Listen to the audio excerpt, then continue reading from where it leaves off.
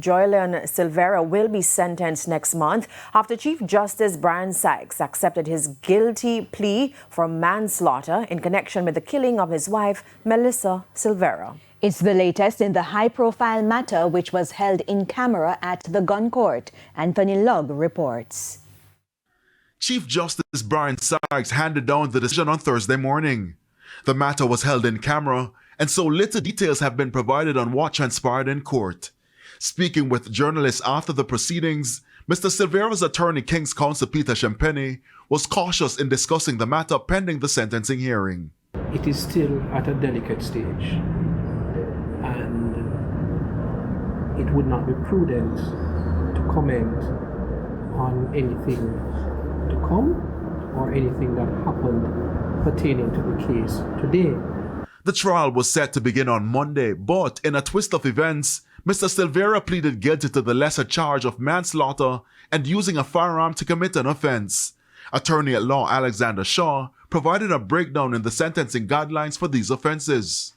Manslaughter is significantly lower than murder. Murder attracts a minimum life sentence of, say, 15 years. Manslaughter, you can get up to, you can get a maximum life imprisonment. It's understood that the prosecution accepted Mr. Silvera's plea on the grounds of provocation. It's important to note that Mrs. Silvera was found dead in their Stony Hill St. Andrew home on November 10, 2023. Initially believed to have died from natural causes, however, an autopsy performed 3 weeks later revealed that she had sustained gunshot wounds with 3 bullet fragments recovered from her body. We sought clarity on what the court may consider as provocation. Well, provocation is when a sudden loss of self-control, and it could be because of words or because of actions.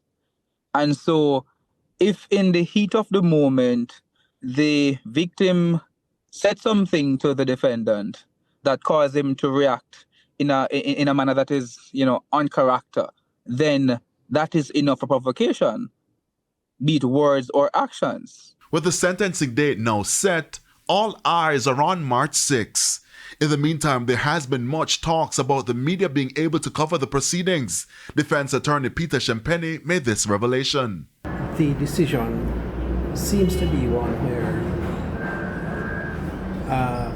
the media will be allowed, or is likely to be allowed, for the sentence, for the next phase of the matter. But that's not the and from that perspective, what I will say is that I understand the concerns of the media, and there are merits in their concern, and I do believe that there are sufficient guardrails that can be put in place to address any sensitive issues that may arise. Anthony Lugg, TVJ News.